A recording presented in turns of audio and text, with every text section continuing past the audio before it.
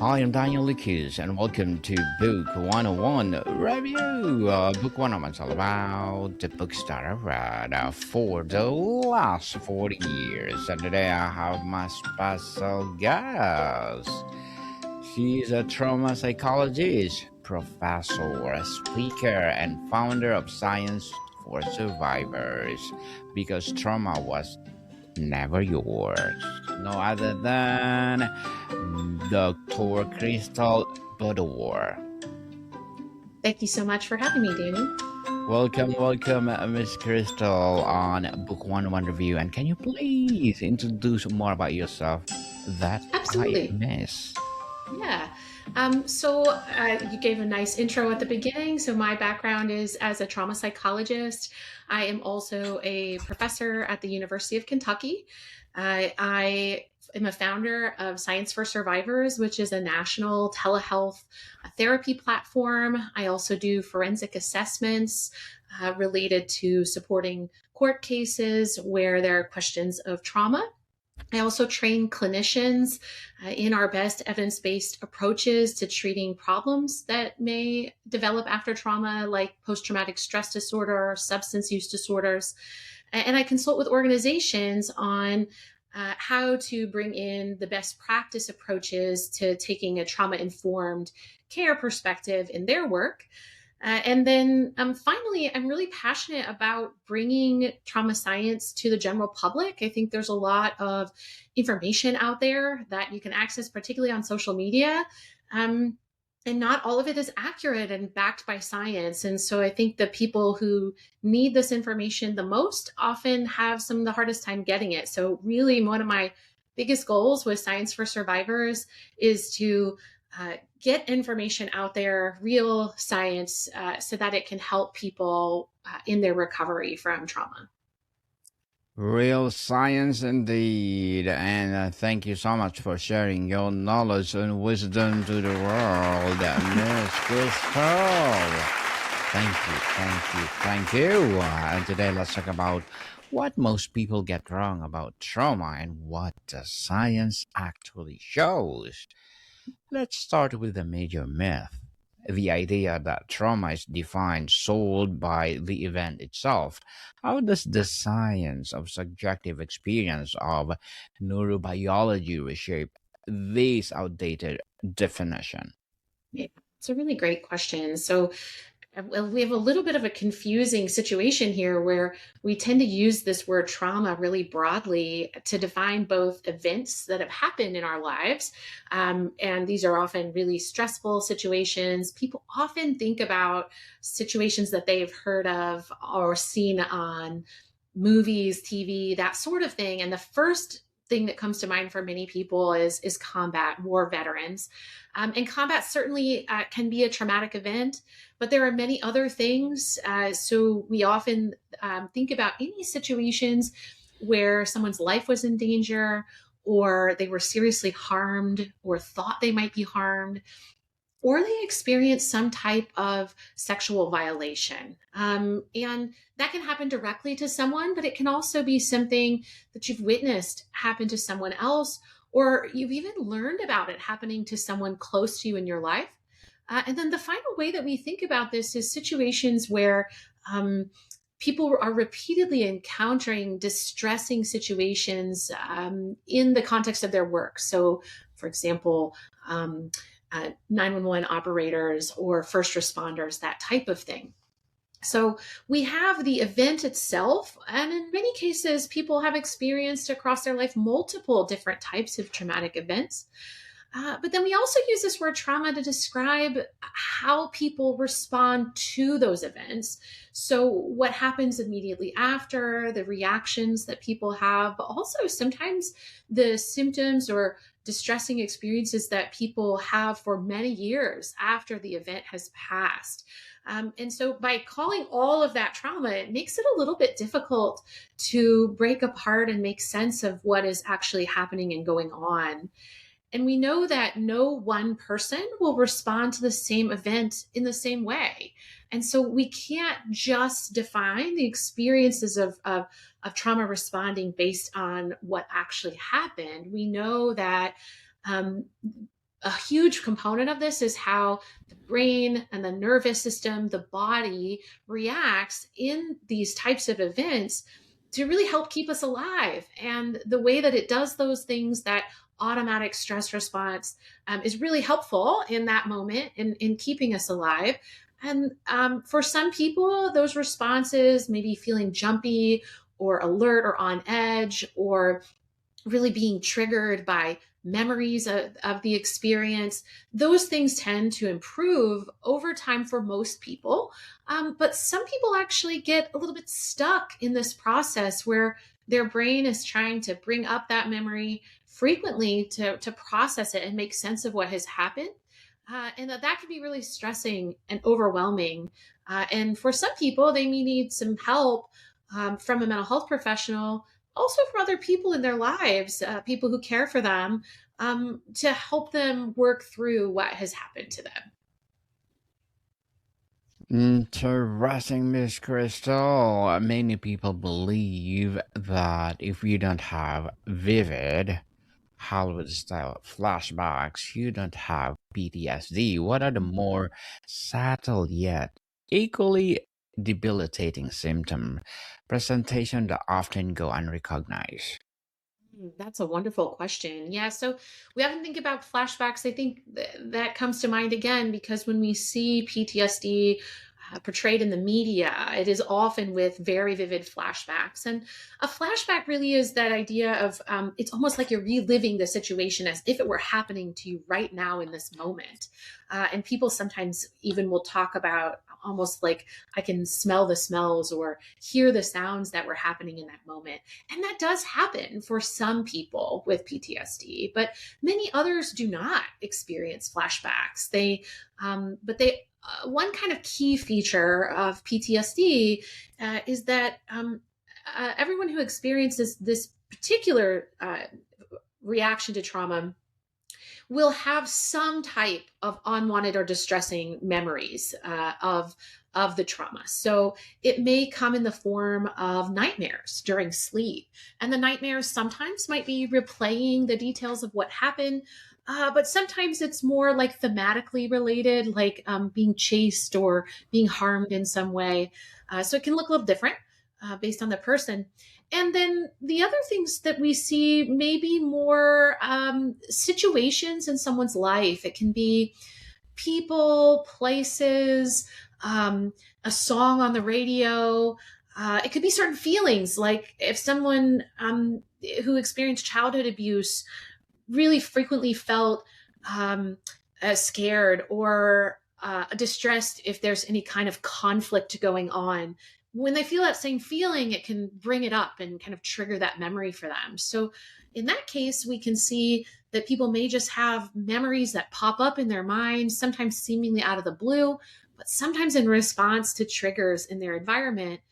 And all of these kinds of symptoms are what we think about as kind of a hallmark of PTSD. It's the brain's way of trying to bring back up what happened, spend some time processing it, and trying to make sense of where it fits into their understanding in their life. And there are many other symptoms of PTSD as well, but for everyone with PTSD, that memory component, that unwanted, and we call them intrusive, they kind of just come on into your brain when you're not ready to think about it or not trying to think about it. But that's a characteristic feature for PTSD. Ms. Crystals, there's a pervasive, or yes, pervasive cultural narrative that trauma is something you should be able to get over or put Mhm. behind you with enough willpower. How does misunderstand the brain survival based rewiring and actually cause more harm? Yeah, it's a wonderful question. I think that people, and I see this a lot with survivors where they talk to me about, why can't I just get over this? It's a weakness, it's something wrong with me.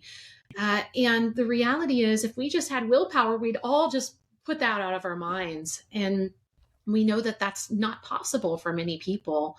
And that really has to do with the fact that our brain after a trauma is trying to make sense of ways to keep us safe in the future. And so it doesn't think about trauma in the same way that it thinks about other stressful events that may have happened in our life that we are easily able to perhaps move on from. It's really trying to collect all the information it can and bring that up and rehash that memory so that it can prepare us for the potential of future situations that could put us in harm's way. And what we know is that over time, as the brain has that opportunity to process those memories and those experiences and to collect new information about actually now I'm safe, that it is usually able to work through that, and we find that those distressing symptoms do start to go down. um, but that doesn't happen for everyone, and in part we might wonder, well, why are some people able to process that and others really do need some help? And it has to do in large part with the systems and the people we have in our lives and the ways in which we interact with those memories that make it easier or harder to move on from. So, for many people, they have a lot of other stressors, or they may not have strong social supports in their lives. They may already have been struggling with other mental health difficulties that make it really taxing and really difficult to be able to give the brain the space that it needs to process what has happened. So, for many people, when those memories kind of come up, they take all the tools in their toolbox to work through that and to try to manage it on their own. And a lot of times what that involves is like, I can't really deal with this overwhelming, these feelings and experiences that keep coming back to me. And so I'm going to find ways to push that aside. I'm going to avoid that. Some people turn to using alcohol or other substances to help them just manage and get through the day. And it takes that opportunity to really pull it up, break it down, work through it, to be able to help the brain process that. And we as trauma psychologists and other mental health professionals with training in this space have studied for many years what are the best ways that we can support people in doing that, and what do we know from how the brain works and processes that to be able to support people to do that in a way that feels manageable and meaningful. And it's not a weakness. It is that sometimes we need some assistance in this space to be able to do that. And we find that for people who are able to work through their trauma in therapy, we often find that the memory doesn't go away. It never goes away, and you never go back to how things were. But people can get to a space where it doesn't feel quite so overwhelming, where they can bring it up, and it still may feel distressing, but it doesn't derail everything else that they have going on or trying to prioritize in their lives. Ms. Christal, what does the research say about big T trauma versus little t trauma? What is the helpful distinction, or does it create a false hierarchy of suffering that leads people to minimize their own experiences? Mm, yeah, I think that this is I hate big T trauma versus little t trauma. um, we talk about big T trauma. I mean, people do often talk about big T trauma as kind of single events that are catastrophic in nature. They might be really life threatening situations, things that most people would agree would be traumatic or highly distressing to most people. So, kind of an experience of sexual violence or a serious accident or a combat situation, things like that people commonly think of in terms of trauma. And then we talk about this idea of sort of little t trauma, I say in quotes here, as being events that are painful, that may be kind of chronic stressors, maybe difficulties like loss in relationships or other situations like bullying, criticism, things that aren't life threatening but can also be, very impactful in someone's life.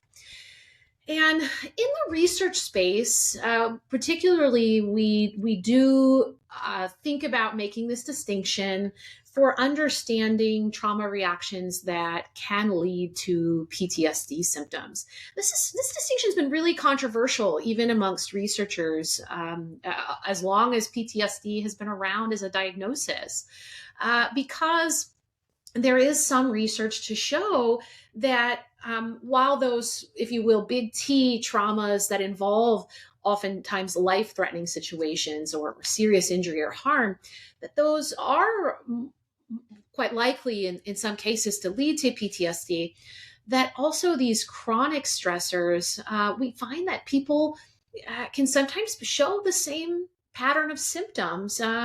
And so the distinction, many people have argued, may not be as clear and as helpful as we once thought, although some of my colleagues would strongly disagree with me.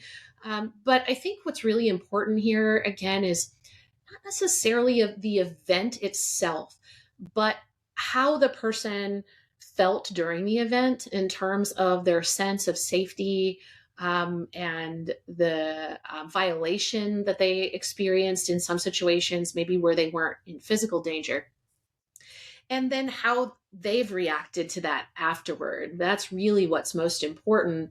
And as a trauma therapist, we try to stay out of the business of categorizing like, oh, this counts and this doesn't, because that's not helpful for people and can really make them feel like their experience doesn't matter in the same way that someone else's does, when really what matters is how people are healing and how they're coping with what has happened in their lives. Interesting, Miss Christal. Interesting indeed. And as a founder and a trauma psychologist, as well as a professor, what are your short-term and long-term goals? Well, my short-term goal has been really launching Science for Survivors. I actually launched it earlier this year, and starting to build my practice and taking some of the science that I've been working on for more than a decade out to people who need it. And actually, I have a goal. It might be lofty, but between now and the end of next year, my goal is to actually go on 52 podcasts. I'm sort of one per week for the year of 2026, so that I can bring that information to people, because that feels really important to me in my life right now. And then long term, I just really hope to expand this work and make it more accessible to people. So we're working right now on some research on how we can best meet the needs of people who have various difficulties after trauma, and how we can find out what survivors really prioritize and what they want to come out of treatment, so that we can try to meet people where they are. So we'll be working on that for the next few years, and I'm really excited to hear from survivors and to get a sense of their perspectives in ways that haven't always been featured as heavily in the research as I think it should be. Well, good luck to your goals, Miss Christal. I'm looking forward for more success. So please do come over to all my podcasts and be my guest. And what Thank you. I will definitely will. what will be your piece of advice for those people out there who want to be like you? So people who are interested in careers in trauma psychology and mental health, there is such a need for it. And there are many different pathways to get here. So I happen to be a clinical psychologist, but there are many ways to support trauma survivors. One example, even outside of the mental health space, is actually I work with our local rape crisis center with many people who serve as advocates, and serve in volunteer on crisis hotlines. There are many ways to get involved and to support people that work best for you. And so I think it's just a matter of getting started and figuring out what's the space where you can best help others while also taking care of yourself. Yes, Self care, people. Self care. And Miss Crystal, thank you for that advice. And can you please recommend a book or books to influence your journey? Absolutely. I was thinking about this. There have been so many that have influenced my journey, but I chose two that have influenced me more recently and have really stuck with me. So, one is a personal narrative, not of my own, but a book called Enough, a memoir of mistakes, mania, and motherhood. It's written by Amelia Zachary, who is an incredible trauma survivor who shares her story of navigating a sexual assault and development of PTSD. And then she also lives with bipolar disorder. And I think it's just a really relatable, just empowering and impressive experience of hope and recovery. And so I'd like to lift up her story. And another book that has been influencing my thinking a lot lately is a book called Pure by Linda K. Klein. She writes about her experience with purity culture in the religious community that she grew up in, and messages that she received and that she's interviewed others who have received around sex and sexuality that have made it difficult to navigate intimacy as adults.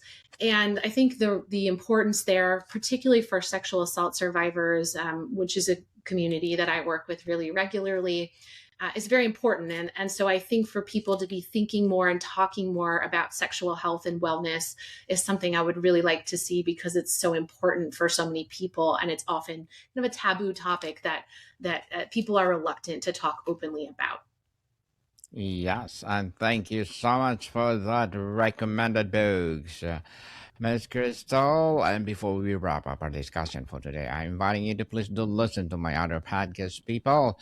My other podcast, because my abstract essay is already in fifth season, abstract poetry in second season, and my book 101 review in fifth season too, comedy 101 in third season, and my food 101 in fifth season as well, geography 101, love letters, movie 101 review, music 101 our fourth season, science 101, sex 101 in second season, and my baby podcast law 101, mental health 101, Bible versus 101, and coming this December, Entrepreneur 101. Now, please listen to them wherever you listen your podcast. So, Miss Crystal, finally, if you could correct one public misconception about trauma with a simple, clear takeaway from the science, what would it be? I think that I think people, going back to the idea that it has to fit a certain experience, that if your experience doesn't fit what we think about oftentimes as being a trauma, that it doesn't matter. And I think that that is a message that people often get wrong, and they really do think that what happened to me doesn't count. And I think what happened to you does. And I just want to say to anyone out there listening that you're not alone, that many people experience trauma, and in whatever form it has happened, there is hope out there for you. Yes, people, the hope is always in the corner. So grab it, Miss Crystal. Thank you so much for sharing your knowledge and wisdom to the world. So, can you please expound the phrases on your website? What is all about? Science for survivors, real tools, real hope built for survivors. Yeah, so really the goal on this is to think about the idea that science is there for you, that there are real tools that can help you and can make a change in your life, because trauma really never was your whole story, and there's a lot more to tell. Yes, a lot more people, and let it go, let it go. So, Miss Crystal, can you please invite our listeners to support your advocacy, your business, or whatever project that you're doing right now?